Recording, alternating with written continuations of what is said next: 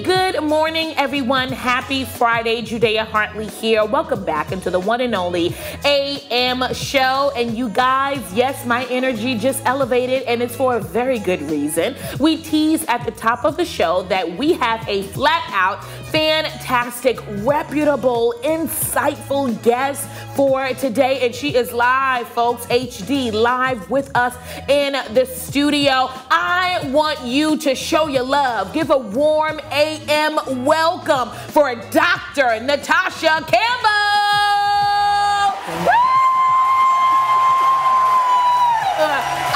Oh yes, honey, y'all better applause from the mountaintops. I am here for all of it. So I am super stoked to have Dr. Natasha Campbell joining us. It's such an honor. She keeps saying it's an honor, it's a privilege. And I'm like, no, it's a privilege for me. And it's an honor for me. And I'm so grateful that you agreed to join the show today. So you guys, Dr. Natasha Campbell is the founder of Summit Academy Charter School, which is located in Red Hook, Brooklyn. And we're in Brooklyn too. The Elephant Network airs live out of Brooklyn as well. So we are next door neighbors. You guys, I just want to read this powerful message on the Summit Academy Charter School website. And this beautiful message was from none other than Dr. Natasha Campbell, who is the founder. It's hard to believe that Summit Academy Charter School is in its 15th year of educating young people. Our first years brought many successes and challenges as our scholars press forward towards excellence.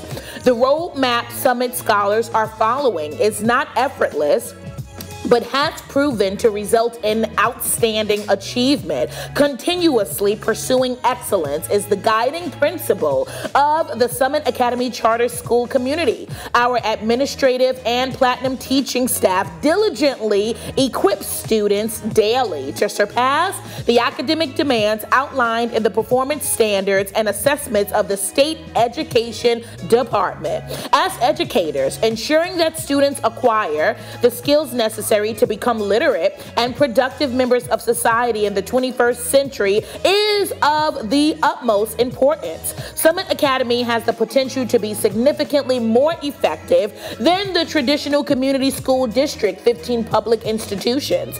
Summit Academy provides a superior education and extracurricular program that affords children who may be destined for lives of limited options to have the chance to achieve their potential and make a contribution to themselves, their family, and their communities. Once again, folks, please welcome Dr. Natasha Campbell, founder of Summit Academy Charter School. Thank you so much again for coming. Now, I'm super stoked to just really take a deep dive into what enabled, what equipped, what ignited that fire in you to start a school, and a charter school at that. Can you take us all the way back to the genesis, to the inception of this vision?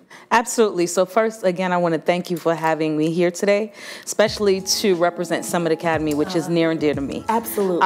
So I'll take you to the beginning because it really is it's powerful to hear how and why Summit exists. In the early 2000s, I was a director at the PAL Center in Red Hook. And I loved working in Red Hook. I found that the children there wanted to be wonderful and they wanted to be great, and their families wanted the same thing. But also learned pretty quickly that children didn't have the academic foundation they needed to be successful. And at one point, I did a research project with some of my students because everyone thought they would go to the NBA, and we found that 1 in every 27 million good basketball players goes to the NBA. Wow. So the truth is, PAO, my center, was probably not creating the next Carmelo Anthony. We had one out of Red Hook, right? And so when I started, when the idea came about for Summit, it was simply to say, we might not send everyone to the NBA with PAO, but what if we created a school that prepared every single child to go to college, to be successful in college, and graduate from college? And that's kind of the premise for Summit starting. And the moment that I knew it had to happen was one of our funders or philanthropists donated 8 seats on a college tour for our students that worked at PAL. And one of the kids came back and he said, "I got in, Miss Campbell, but I'm not going." And I didn't need him to tell me he wasn't going. I knew he wouldn't go because he wasn't ready to be successful. And that's the moment I said, we have to change this. We have young people who are eager to be successful, and they deserve an education that prepares them for that. So I went to a fellowship with Building Excellent Schools and spent a year writing the charter, learning about charter schools, visiting over 100 high-performing charter schools across the country. And Summit was approved in December of 2008, and we opened in August of 2009. And here we are 15 years later. Wow! When I tell you, every time I read about Summit Academy Charter School, or I have the privilege to have conversations with you over the phone, through Zoom, through an email, etc., I am always so flabbergasted. I am floored, Dr. Campbell, about your passion, about your endurance, the fact that you did the research. See, you have to listen to understand, not to rebuttal. And I'm listening to your journey. I'm listening to you saying, I had to do something about this. I knew that if I didn't do something, that we would have so many ill-equipped adults, so many adults in dead-end jobs, so many adults that will probably end up in jail, probably end up participating in gang activities. Who's going to stand up and make that difference? And if I need to thrive in isolation, I'll do so. If I need to do the work, right, and almost tap into burnout in an effort for them to, in an effort for them to succeed, then I'll put my energy, my time, my money, my thoughts and ideas on the chopping board. So I commend you for that. I want to backtrack a little bit because I grew up in Far Rockaway, Queens. And in Far Rockaway, Queens, it was a marginalized community and, of course, filled with so many minorities, a lot of single mothers, right? Many of the fathers were imprisoned, and it was a lot of gang activity happening around our neighborhood. So we had a choice, right? We had a choice whether to make something out of ourselves, to go to college, stay focused, say no to the wrong people, or to participate in activities that really essentially will be to our detriment, right? To our demise. I want to know from your perspective, why do you think so many of our children in certain neighborhoods are not prepared to go into the professional sector? Why aren't they prepared as adults or as children? What's missing in this foundation? What's the common factor that you see? So I would say that it's preparation. A few years ago, I was having a conversation with a scholar, and we decided to again do some research. And we learned that if you look into state senators and state representatives, many of those that go on to Congress and to the House of Representatives, they, for the most part, go to the same high schools and to the same colleges. And while that might seem like it's trivial and doesn't matter, it actually does matter, because what that means is they're getting the preparation necessary to move on and be successful. So many schools in our urban communities are not preparing children for college. They're not preparing students and scholars for a career. They're preparing them for jobs. Summit Academy is really clear. We want to produce young people who will be producers, not necessarily consumers. We want our young people to own their education, to own their future. The onus is on them. They will be successful or not because they choose to be successful or not. Our school sets the stage for them to have everything they need to be academically successful, and we expose them to the world beyond their windows, beyond their community, so that they understand that if I do what I need to do now, I can go on and be successful. I can do anything that I set my mind to. My motto, and I share this with scholars, and our motto I'm trying to make it the school motto. Everyone hasn't adopted it yet, but it's be a legend in your mind. And that simply means compete with yourself yesterday. Be better than you were today, tomorrow. And if you continue to do that, there's absolutely nothing that will stop you from being successful. So if we start preparing our children, we don't talk about college and high school. If we start in 6th grade, which is what Summit does, by the time they're in 11th grade and 12th grade, they've learned about 15 or 20 schools. And as we are bringing college tours back, they will have visited 15 or 20 schools. So that decision is informed, and kids are making those decisions not because it has a great basketball team or not because they've heard about a school on television, but because they've researched that school, and that school has the major that's going to propel them to the career choices that they have made for themselves. And that's what Summit Academy does for our scholars, and that's what's missing in so many schools in urban communities. Ooh, absolutely. Absolutely. Preach to the choir. No, you are absolutely correct, because Dr. Campbell, I've witnessed that. I've witnessed that growing up. I'm like, so many teachers would say to us as students, well, you guys cannot do the homework or do the homework. It doesn't matter if you learn or if you don't learn, I still get a check.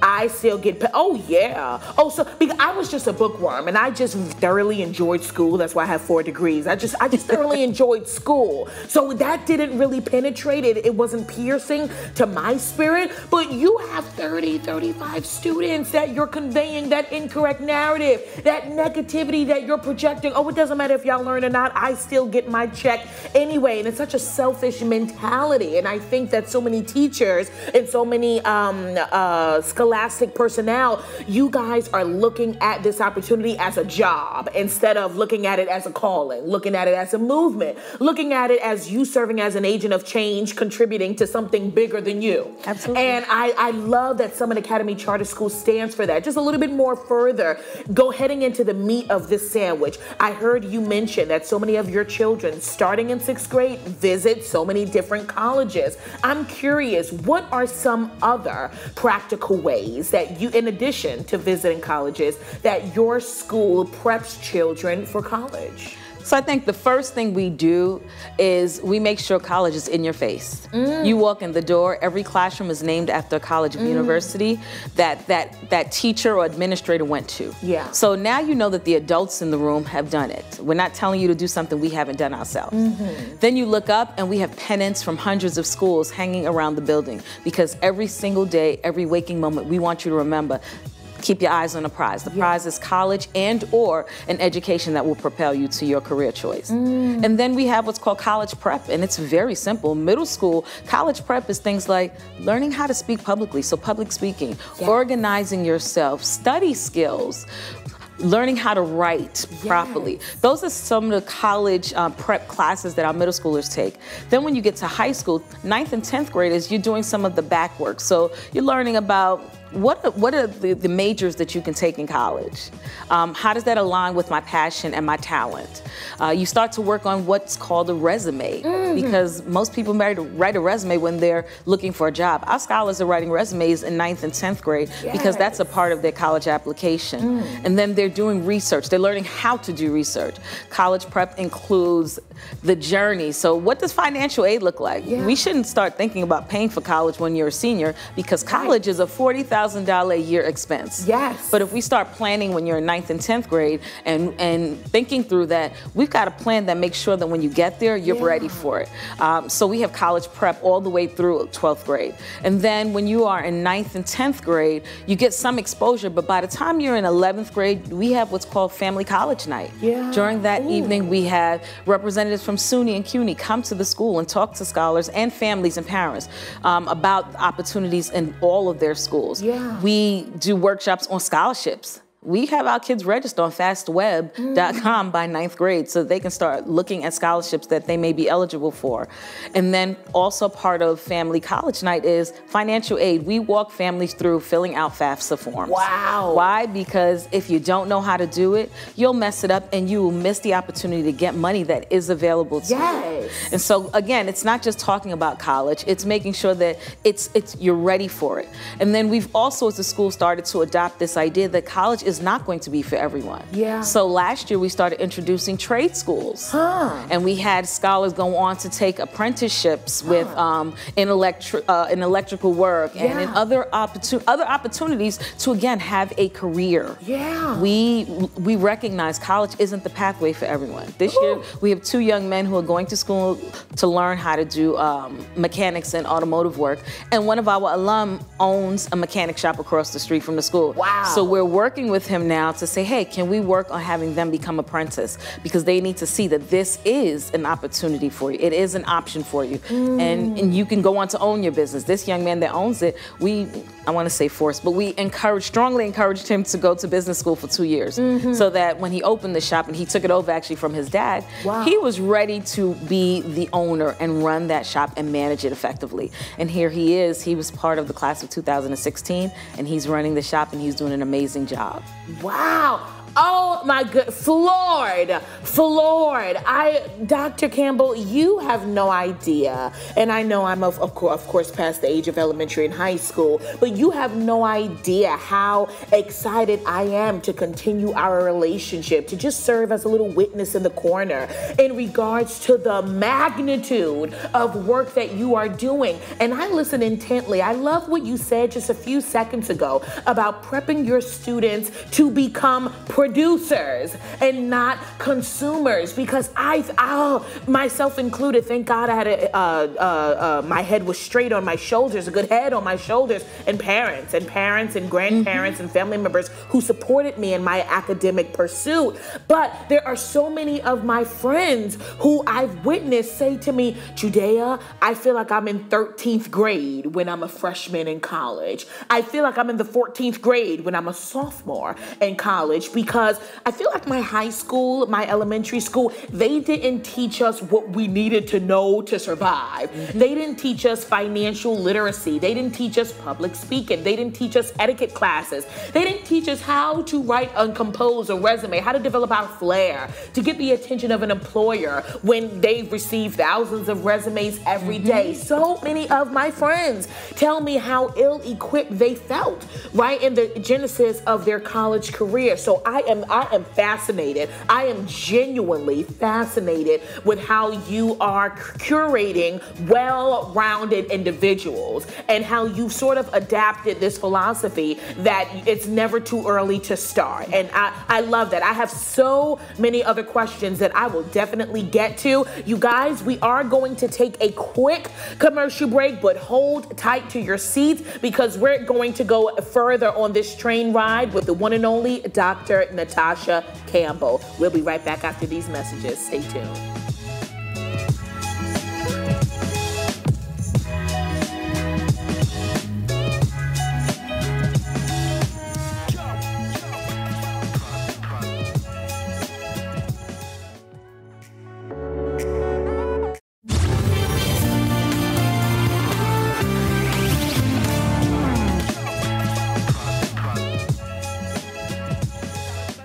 For today, Dr. Natasha Campbell. If you're just now tuning in, no need to worry, right? It's still sweet because we are in the second half of our interview. And I just want to thank you so much for coming on again. Prior to the commercial break, Dr. Campbell was really just conveying so many gems in terms of how to prep your children to really go to college. And if your children are not going to college, Summit Academy Charter School also preps them in terms of different trading opportunities, trading schools, different skills, mechanics, plumbing, etc. Now, that was our last conversation, the last latter part of that conversation prior to that commercial break. I do need to comment, Dr. Campbell, about how much I love your inclusive approach. I love that because there are so many, my brother, if I'm to be frank with you, there are so many boys and girls that know that college is not the route that they desire to take. And they can almost feel excluded. They can almost feel marginalized and stuck like the underdog. And there are opportunities for folks who don't want to go, right, to pursue their bachelor's or their master's or even their doctorate degree. So I absolutely love that inclusivity that you guys perpetuate throughout Summit Academy Charter School. Now, because you are the founder, I want to get your POVs in terms of so many different things throughout your journey. What was it like appointing the current principal? So the current principal came to us first as a consultant. Okay. And he was exceptional in terms of being able to connect with staff and to work with the team. I think that's most important that I share, that the Summit Academy success doesn't rest on one person. It's because we have a team of extraordinarily dedicated staff members who are eager to serve children, who want to see young people be successful. So our current principal started out as a consultant, and he wasn't necessarily necessarily appointed by me, but we had the entire team meet with him, and then the board of trustees met with him and collectively agreed that he would be the next person to, the next leader, instructional leader, to bring us into this, the charter term, and then the current charter term that we will start on June 30th. Oh, I love it. And how long has he served as the principal there? So Mr. Edwards has been our principal for 3 years.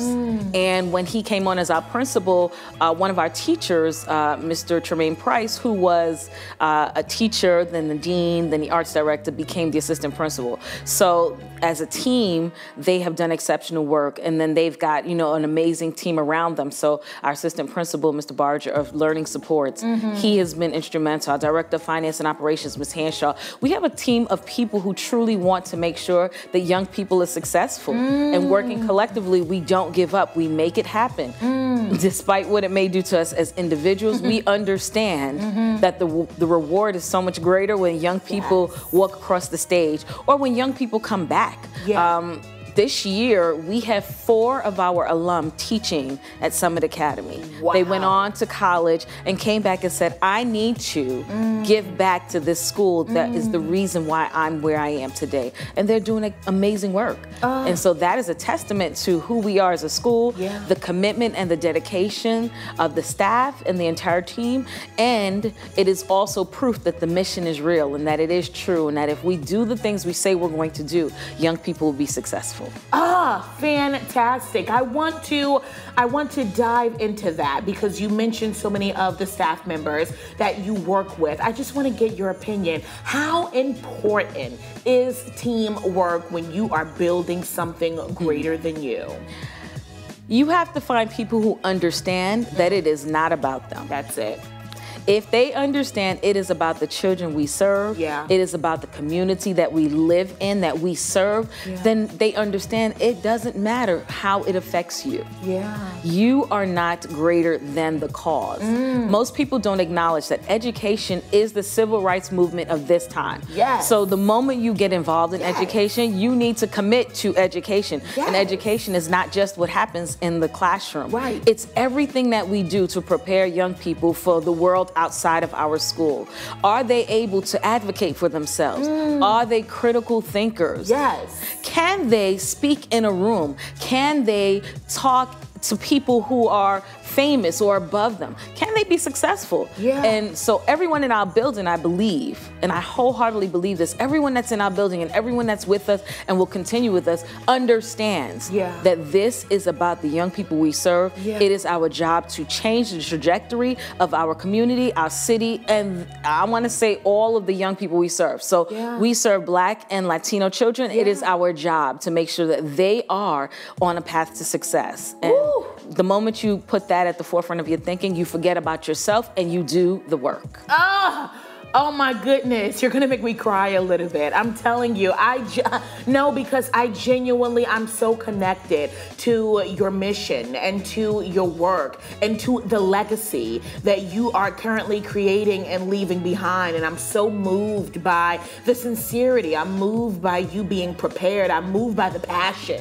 I love people who are passionate about what they do, especially when the bottom line of their job is servitude. It's to serve other people. So many questions I want, so many questions, because I'm so moved by you. So many questions I want to ask you. It just seems like Summit Academy Charter School is definitely taking a well-rounded approach. You know, I've scrubbed the website, so I saw on the school's website that there was almost like this 6-step learning process, and it really just involved, I believe it was teaching, planning, reflecting, community preparation, just so many of these different steps that you take to ensure that no child is left behind in your school and outside in the world. So with that being said, this well-rounded, inclusive approach that you're taking, how do you think social media has affected the mental health of our children?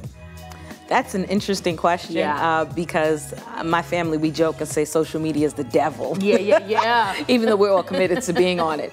I think that there's a number of ways to look at social media. You can see it as something that is hindering young people from thinking.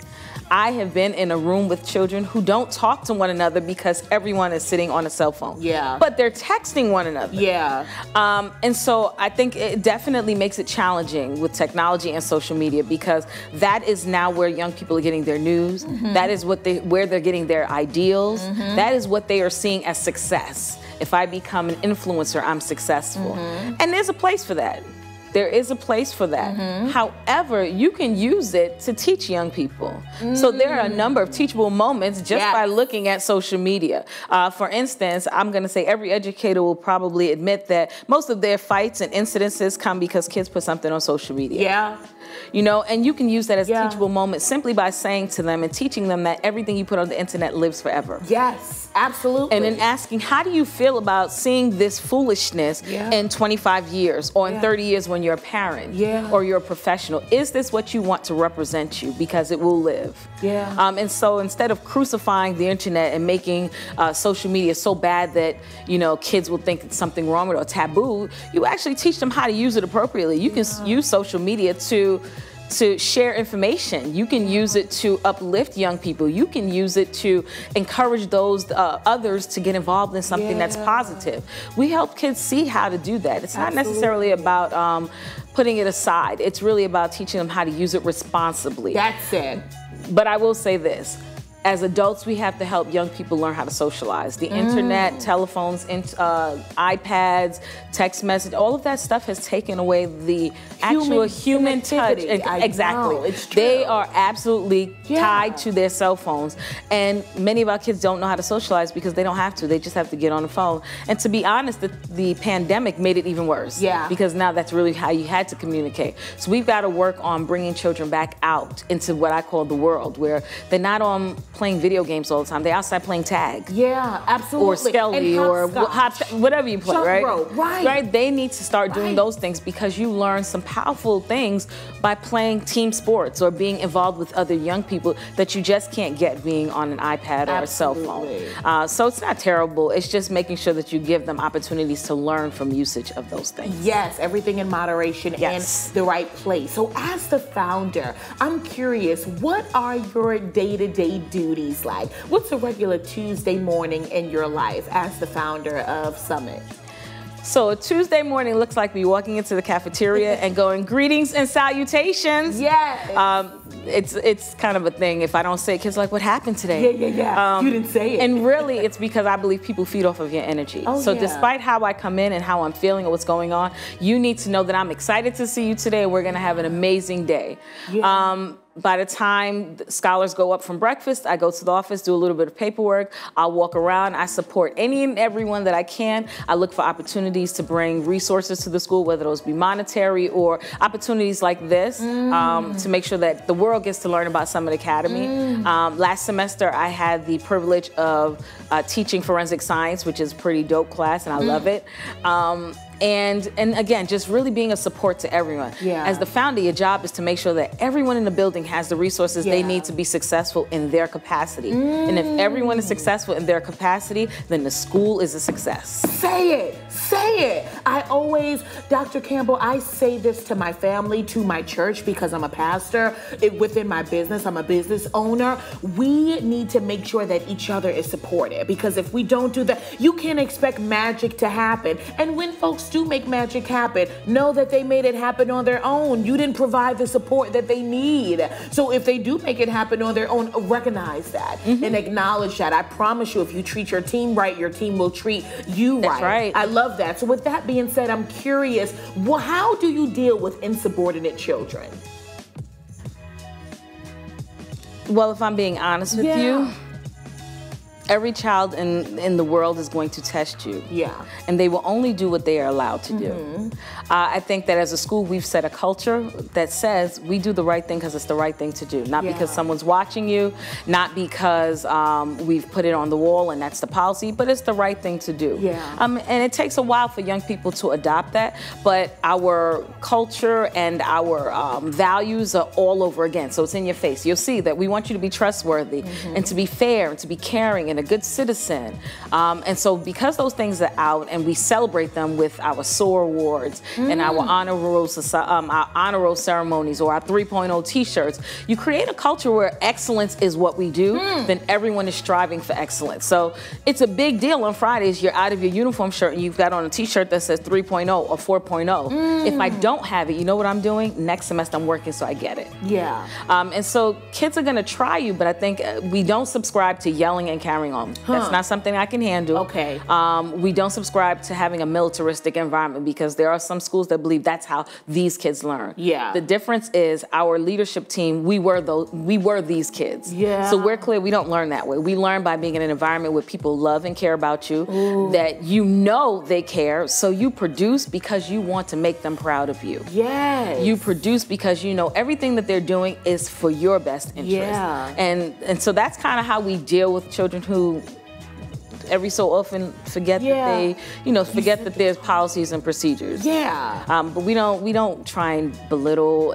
We don't do punitive discipline. We do restorative justice. We talk through why. Why'd you do it? What are better options? What can we do next time? How do we support you to be better in dealing with something and coping with something that has made you angry? I love it.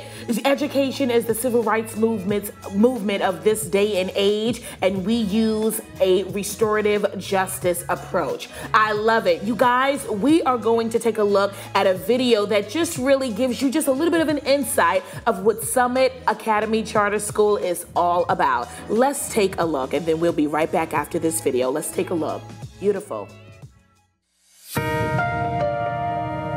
Years ago, when you put Red Hook into your browser on the internet, you found out things like this was the crack capital of the United States of America. You found out that there were, ridiculous murder rates. 4% of people in this area go to college.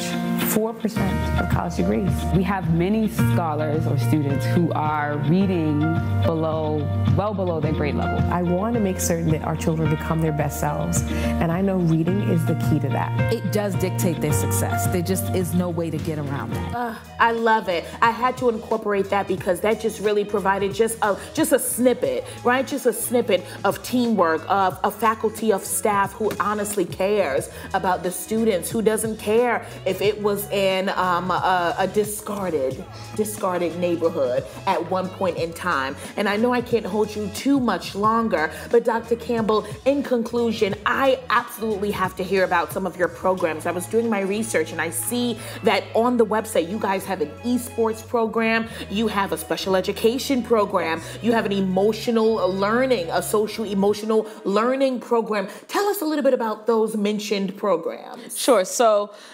about a year and a half ago, almost 2 years ago, we started in partnership with CEI an esports lab. And it initially started with just an after-school program for kids who were interested. And then we decided that this is something that our young people enjoy, they appreciate, but more importantly, it is a billion-dollar industry. And why shouldn't our children have access to it? So we developed an entire esports lab where we have the big screens and we've got the small monitors. We've got it all in that room. And young people in middle school learn it and they take esports as an elective, and in high school they take it as an elective for credit. In addition to that, they're learning how to build games, how to improve games, how to play games, how to shoutcast, how to program. Those are skills that you can take to college, and we've identified a number of schools, including St. Francis, that now have an esports major. Our kids compete, and for 2 years straight, we have had our champions for Smash Brothers and NBA 2K come from Summit Academy. They're competing with other schools. So the esports has been a tremendous addition to our school, and our principal, Mr. Edwards, really has taken that on as his baby in his leadership. We have social emotional learning. Why? Because we're clear that if you are upset or if you're hungry or if you're stressed out, you can't learn. And so instead of pretending those things don't exist, we have we've made a deliberate effort to address them by having a social service specialist, by having 2 counselors, and then making sure that all leadership is available to be there for young people if they just need a moment. Yeah. And so that program you'll see it in various ways and in various arenas in the school building, including all of the special events we did for Mental Health Awareness Month, from music therapy to painting and sipping. They sipped their little apple juice and painted, or to chair yoga, all of these things that help young people cope with the things that they're dealing with. And then special education. So at Summit, we do not call it special education. We call it learning supports, because for so many years, you were ostracized if you were in special education. But if you're in learning supports, it simply means you're getting support in your learning. And that program is led by our assistant principal, Mr. Barger. And essentially, we have 2 teachers for those who have that need.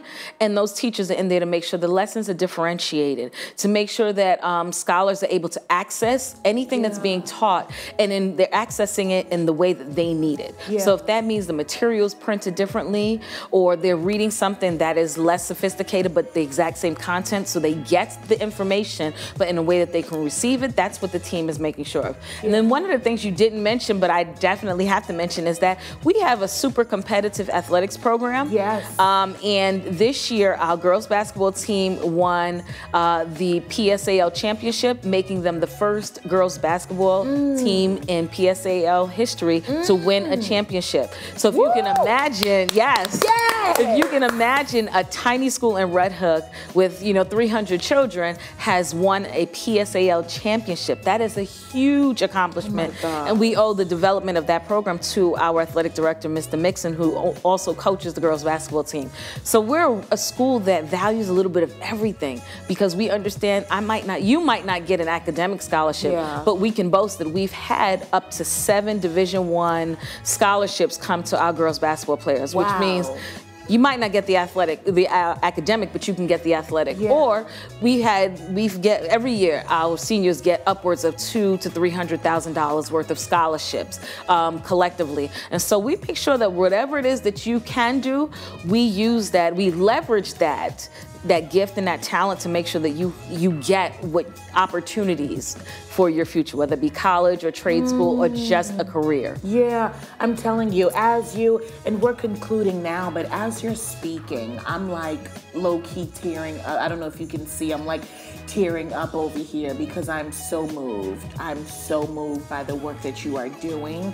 I think that because of your passion and your approach, so many children are going to become successful CEOs, become great people. They will. Become great dads, become great husbands and wives and moms, become great business owners, whatever field, whatever sector they put their hands to, because of your passion and your alignment and you answering the call. I truly believe that all of your students, whatever they put their hands to, it will turn to gold. And that gold might look different from each other, but it will absolutely prosper. So every time I end an interview, I ended with like this 10-second game. And I'm going to start off a sentence. I'm like low-key tearing up. And I'm going to start off a sentence. And I want you to finish the sentence with one word. Okay. With one word. Community is... imperative. Skills are necessary. Learning looks like whatever you need it to be. Love means being there for one another regardless of who it is. Thank you. Thank you so much. Thank you, Dr. Campbell. Oh my God. I'm like crying. Thank you. Thank you so much, Dr. Campbell. Dr. Natasha Campbell, everyone, the founder, the visionary behind the incredible Summit Academy Charter School, located right here. We're neighbors, right there in Red Hook, Brooklyn. The website is down there on the CG, so you guys can definitely visit Summit Academy Charter School's website, find out their programs, right? Look at their mission statement. Meet their team of folks who are really, really making great changes over there in the Red Hook community. Once again, the AM show and myself personally, we are elated that you have carved out the time out of your busy schedule to grace us with such insight and such education. All right, everybody, we're going to take a quick commercial break, but don't you go anywhere, because we do have a little bit more of the AM show when we return. Thank you.